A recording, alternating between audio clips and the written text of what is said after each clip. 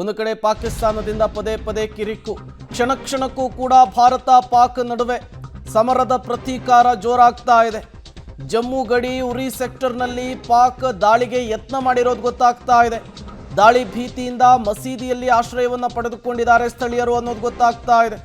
ಕ್ಷಣ ಕ್ಷಣಕ್ಕೂ ಕೂಡ ಭಾರತ ಮತ್ತು ಪಾಕ್ನ ನಡುವೆ ಸಮರದ ಪ್ರತೀಕಾರ ಜೋರಾಗ್ತಾ ಇದ್ದ ಹಾಗೇನೆ ಯುದ್ಧದ ಕಾರ್ಮೋಡ ಕೂಡ ಆವರಿಸಿಕೊಳ್ತಾ ಇದೆ.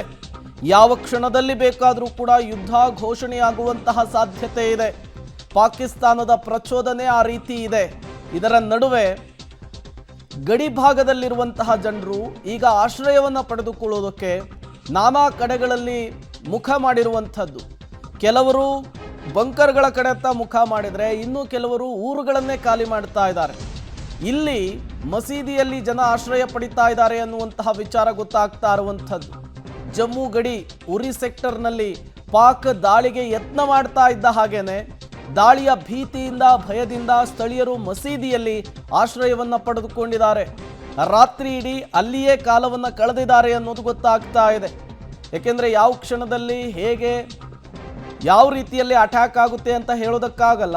ಆ ನಿಟ್ಟಿನಲ್ಲಿ ಸ್ಥಳೀಯರು ತಮ್ಮ ಜೀವವನ್ನು ಉಳಿಸಿಕೊಳ್ಳುವುದಕ್ಕೆ ಈಗ ನಾನಾ ರೀತಿಯ ಹಾದಿಗಳನ್ನು ಹಿಡಿತಾ ಇರುವಂತಹದ್ದು.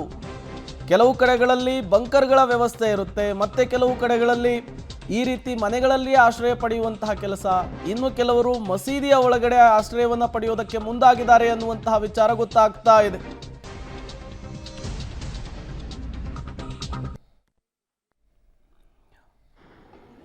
ಪಾಕಿಸ್ತಾನ ಮತ್ತು ಭಾರತದ ನಡುವೆ ಪರಿಸ್ಥಿತಿ ಕ್ಷಣದಿಂದ ಕ್ಷಣಕ್ಕೆ ಬಿಗಡಾಯಿಸ್ತಾ ಇದೆ. ನೋಡಿ, ಇಸ್ರೇಲ್ ದೇಶಗಳಲ್ಲಿ ಪ್ರತಿಯೊಂದು ಮನೆಗೂ ಬಂಕರ್ಗಳಿರುವಂಥದ್ದು. ಯಾವಾಗ ಹೇಗೆ ಹಮಾಸ್ ಅಟ್ಯಾಕ್ ಮಾಡುತ್ತೋ ಅನ್ನುವಂತಹ ಗೊತ್ತಾಗಲ್ಲ. ಜೊತೆಗೆ ಸುತ್ತಲೂ ಶತ್ರು ರಾಷ್ಟ್ರಗಳಿರುವಂತಹದ್ದು ಇಸ್ರೇಲ್ಗೆ. ಹಾಗಾಗಿ ಅಲ್ಲಿ ಬಂಕರ್ನ ವ್ಯವಸ್ಥೆಗಳನ್ನು ತುಂಬ ಚೆನ್ನಾಗಿ ಮಾಡಿಕೊಂಡಿರುವಂಥದ್ದು. ಇನ್ನು ನಮ್ಮ ದೇಶದ ಕಡೆ ಬಂದರೆ ಇಲ್ಲಿ ಗಡಿ ಭಾಗಗಳಲ್ಲಿ ಸೇನೆ ಸ್ಥಳೀಯರನ್ನು ರಕ್ಷಣೆ ಮಾಡೋದಕ್ಕಂತಲೇ ಬಂಕರ್ಗಳ ವ್ಯವಸ್ಥೆಯನ್ನು ಕೂಡ ಮಾಡಿರುತ್ತೆ. ಜೊತೆಗೆ ಪದೇ ಪದೇ ಅಟ್ಯಾಕ್ ಆಗಿರುವಂತಹ ಜಾಗಗಳಲ್ಲೂ ಕೂಡ ಬಂಕರ್ನ ವ್ಯವಸ್ಥೆಗಳನ್ನು ಕೂಡ ಮಾಡಿಕೊಟ್ಟಿರುತ್ತೆ. ಈಗ ಬಂಕರ್ಗೆ ಹೋಗಬೇಕಾದಂತಹ ಪರಿಸ್ಥಿತಿ ಗಡಿ ಭಾಗದ ಜನರಲ್ಲಿ ನಿರ್ಮಾಣವಾಗಿರುವಂಥದ್ದು. ರಕ್ಷಣೆಗೋಸ್ಕರ, ಮುಂಜಾಗೃತಾ ಕ್ರಮಕ್ಕೋಸ್ಕರ ಈಗ ಒಂದು ಕಡೆ ಜನರನ್ನು ಸ್ಥಳಾಂತರಿಸುವಂತಹ ಕೆಲಸ ಆದರೆ ಮತ್ತೊಂದು ಕಡೆ ಜನರು ಈಗ ಬಂಕರ್ಗಳತ್ತ ಮುಖ ಮಾಡ್ತಿದ್ದಾರೆ ಅನ್ನುವಂತಹ ಮಾಹಿತಿ ಕೂಡ ಸಿಗ್ತಾ ಇದೆ. ಈಗಾಗಲೇ ನಮ್ಮ ಪ್ರತಿನಿಧಿ ಶಬೀರ್ ಅವರು ಎಕ್ಸ್ಪ್ಲೇನ್ ಮಾಡ್ತಾ ಇದ್ರು. ಈ ಜಮ್ಮುವಿನ ಹಲವು ಕಡೆಗಳಲ್ಲಿ ಮನೆಗಳಲ್ಲಿಯೇ ಬಂಕರ್ಗಳನ್ನು BSF ಯೋಧರು ಮಾಡಿಕೊಟ್ಟಿದ್ದಾರೆ ಅಂಥೇಳಿ.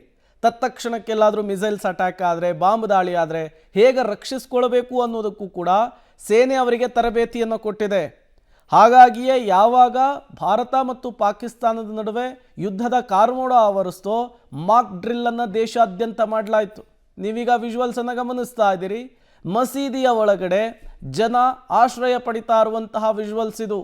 ಕಾರಣ ಪಾಕಿಸ್ತಾನದಿಂದ ನಿರಂತರವಾಗಿ ದಾಳಿ ಆಗ್ತಾ ಇದೆಯಲ್ಲ, ಹಾಗಾಗಿ ತಮ್ಮ ಜೀವವನ್ನು ಉಳಿಸ್ಕೊಳ್ಳೋದಕ್ಕೆ ಮುಂಜಾಗೃತಾ ಕ್ರಮದ ದೃಷ್ಟಿಯಲ್ಲಿ ಮಕ್ಕಳು ಮರಿಗಳ ಜೊತೆಗೆ ವೃದ್ಧರ ಜೊತೆಗೆ ತಾವಿದ್ದಂತಹ ಮನೆಯನ್ನು ಖಾಲಿ ಮಾಡಿ ಗಡಿಯಲ್ಲಿದ್ದಂತಹ ತಮ್ಮ ಮನೆಗಳನ್ನು ಬಿಟ್ಟು ಈಗ ಮಸೀದಿಗಳಿಗೆ ಬಂದು ಆಶ್ರಯ ಪಡಿಬೇಕಾದಂತಹ ಪರಿಸ್ಥಿತಿ ನಿರ್ಮಾಣವಾಗಿದೆ.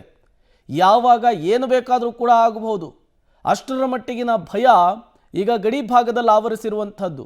ಗಡಿಯಲ್ಲಿ ಆ ರೀತಿಯ ಬೆಳವಣಿಗೆಗಳಾಗ್ತಾ ಇದೆ. ಮತ್ತಷ್ಟು ಡೀಟೇಲ್ಸ್ ಅನ್ನು ಕೊಡ್ತಾರೆ ಪ್ರಕಾಶ್, ನೇರ ಸಂಪರ್ಕದಲ್ಲಿ ಜಾಯ್ನ್ ಆಗಿದ್ದಾರೆ. ಪ್ರಕಾಶ್, ನೋಡಿ, ಗಡಿ ಭಾಗದಲ್ಲಿ ಯಾವ ರೀತಿಯ ಪರಿಸ್ಥಿತಿ ನಿರ್ಮಾಣವಾಗಿದೆ ಅನ್ನೋದಕ್ಕೆ ಈ ದೃಶ್ಯಗಳೇ ಸಾಕ್ಷಿ ಅಂಥೇಳಿ. ಜನ ಆಶ್ರಯ ಪಡೆಯೋದಕ್ಕೆ, ಭಯದಿಂದ ಪಾರಾಗೋದಕ್ಕೆ ಮಸೀದಿಗೆ ಬಂದು ಆಶ್ರಯವನ್ನು ಪಡಿತಾ ಇದ್ದಾರೆ ಅಂತ. ಪ್ರೇಮ್, ಉರಿ ಸೆಕ್ಟರ್, ನೌಶೇರಾ, ಪೂಂಚ್, ರಜೌರಿ ಆ 4 ಭಾಗಗಳಲ್ಲಿ ಕೂಡ ಗಡಿ ಭಾಗದ ಜನ ಒಂದು ರೀತಿಯಲ್ಲಿ ಆತಂಕಕ್ಕೆ ಒಳಗಾಗಿದ್ದಾರೆ. ನಿನ್ನೆ ರಾತ್ರಿಯಿಂದಲೂ ಕೂಡ ನಿರಂತರವಾಗಿ ಪಾಕಿಸ್ತಾನದಿಂದ ದಾಳಿ ಆಗ್ತಾ ಇತ್ತು. ಆ ಸಂದರ್ಭದಲ್ಲಿ ದೊಡ್ಡ ಮಟ್ಟದ ಹಾನಿ ಆಗಿಲ್ಲದಿದ್ರೂ ಕೂಡ ಒಂದು ರೀತಿಯಲ್ಲಿ ಜೀವ ಭಯ ಇದೆ. ಸೊ ಹಾಗಾಗಿ ಒಂದಿಷ್ಟು ಮನೆಗಳಲ್ಲಿ ಅಲ್ಲಿ ಬಂಕರ್ಗಳ ವ್ಯವಸ್ಥೆಗಳನ್ನು ಸೈನಿಕರೇ ಮಾಡಿಕೊಟ್ಟಿದ್ದಾರೆ. ಯಾವ ಮನೆಗಳಲ್ಲಿ ಬಂಕರ್ಗಳ ವ್ಯವಸ್ಥೆ ಇಲ್ವೋ ಅಂತಹ ನಾಗರಿಕರು ಸುರಕ್ಷಿತ ಸ್ಥಳಗಳಿಗೆ ಹೋಗುವಂಥ ಕೆಲಸಗಳು ಕೂಡ ಆಗ್ತಾ ಇದೆ. ಖುದ್ದು ಒಂದಿಷ್ಟು ಗ್ರಾಮಸ್ಥರನ್ನ ಅಲ್ಲಿನ BSF ಯೋಧರು ಜೊತೆಗೆ ಭಾರತೀಯ ಸೇನೆಯ ಯೋಧರು, ಸ್ಪೆಷಲ್ ಫೋರ್ಸ್ನ ಸೈನಿಕರು ಕೂಡ ಅವರನ್ನ ಸುರಕ್ಷಿತ ಸ್ಥಳಗಳಿಗೆ ಸ್ಥಳಾಂತರ ಮಾಡ್ತಾ ಇದ್ದಾರೆ. ಇನ್ನು ಕೆಲವರು ಧಾರ್ಮಿಕ ಏನು ಕ್ಷೇತ್ರಗಳಿರುತ್ತೆ ಅಂದ್ರೆ ಸಮುದಾಯ ಭವನಗಳ ರೀತಿಯಲ್ಲಿ ಅಥವಾ ದೇವಸ್ಥಾನಗಳು ಅಥವಾ ಮಸೀದಿಗಳು ಆ ಭಾಗಕ್ಕೆ ಹೋಗಿ ಜೀವನ ಉಳಿಸ್ಕೊಳ್ಳುವಂತಹ ಕೆಲಸವನ್ನ ಕೂಡ ಮಾಡ್ತಾ ಇದ್ದಾರೆ. ನಿರಂತರವಾಗಿ ದಾಳಿ ಆಗ್ತಾ ಇರುವಂತಹ ಕಾರಣಕ್ಕಾಗಿ ಒಂದು ರೀತಿಯಲ್ಲಿ ಆತಂಕ ಇದೆ, ಭಯ ಇದೆ. ಇಷ್ಟು ದೊಡ್ಡ ಮಟ್ಟದ ಆ ಡ್ರೋನ್ ದಾಳಿ ಮತ್ತೆ ಮಿಸೈಲ್ ದಾಳಿ ಆ ಭಾಗದಲ್ಲಿ ಈ ಹಿಂದೆ ಆಗಿರಲಿಲ್ಲ. ಆದರೆ ಆಗಾಗ ಆಗ್ತಾ ಇತ್ತು, ಆದರೆ ಈ ಪ್ರಮಾಣದಲ್ಲಿ ಆಗ್ತಾ ಇರಲಿಲ್ಲ. ಸೊ ಹಾಗಾಗಿ ಕಂಪ್ಲೀಟ್ ಆಗಿ ಮಕ್ಕಳನ್ನ ಕರ್ಕೊಂಡು ತಮ್ಮ ಕುಟುಂಬಸ್ಥರೆಲ್ಲರೂ ಕೂಡ ಇದೀಗ ಸುರಕ್ಷಿತ ಸ್ಥಳಗಳಿಗೆ ಹೋಗುವಂಥ ಕೆಲಸ ಕೂಡ ಆಗ್ತಾ ಇದೆ. ಯಾವ ಕ್ಷಣದಲ್ಲಿ ಏನಾಗುತ್ತೆ ಅನ್ನುವಂಥದ್ದು ಕೂಡ ಒಂದು ರೀತಿಯಲ್ಲಿ ಅದನ್ನ ಊಹೆ ಮಾಡಲಿಕ್ಕೂ ಆಗೋದಿಲ್ಲ.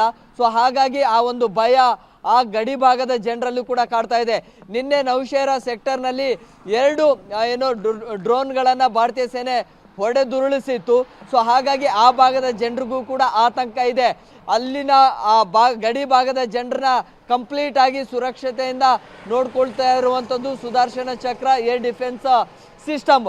ಆ ಒಂದು ಟೆಕ್ನಾಲಜಿಯಿಂದ ಆ ಒಂದು ಅತ್ಯಾಧುನಿಕ ಯುದ್ಧೋಪಕರಣದಿಂದಾಗಿ ಅಲ್ಲಿನ ಬಹುತೇಕ ಜನರ ಜೀವಕ್ಕೆ ಹಾನಿಯಾಗಿಲ್ಲ. ಸೊ ಅದಾಗಿಯೂ ಕೂಡ ಜೀವವನ್ನು ಉಳಿಸ್ಕೊಳ್ಳುವಂತಹ ನಿಟ್ಟಿನಲ್ಲಿ ಗಡಿ ಭಾಗದ ಜನ ಇದೀಗ LOC ಇಂದ ಬೇರೆ ಬೇರೆ ಕಡೆ ಹೋಗ್ತಾ ಇದ್ದಾರೆ. ಪ್ರೇಮ್, ಆಪರೇಷನ್ ಸಿಂಧೂರ ಬಳಿಕ ಆಗ್ತಾ ಇರುವಂತಹ ಬೆಳವಣಿಗೆಗಳು ಪಾಕಿಸ್ತಾನ ಮತ್ತು ಭಾರತದ ನಡುವೆ ಯುದ್ಧದ ಸನ್ನಿವೇಶವನ್ನು ಮತ್ತಷ್ಟು ಜಾಸ್ತಿ ಮಾಡ್ತಾ ಇರುವಂಥದ್ದು. ನಿರಂತರವಾಗಿ ಪಾಕಿಸ್ತಾನದಿಂದ ಮಿಸೈಲ್ಸ್ ಮತ್ತು ಡ್ರೋನ್ಗಳ ದಾಳಿ ಆಗ್ತಾ ಇದೆ.